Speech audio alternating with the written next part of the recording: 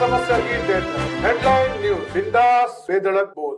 Gambhira bridge પર તંત્રે બુદ્ધિનું પ્રદર્શન કર્યું હતું. ગંભીરા બ્રિજ પર અવર જવર રોકવા માટે દિવાલ ચણાવી દીધી, પણ પછી ખબર પડી કે રેસ્ક્યુ વાહનો તો અંદર રહી ગયા છે. ગંભીરા બ્રિજ પર હજુ પણ રેસ્ક્યુ ઓપરેશન ચાલી રહ્યું છે.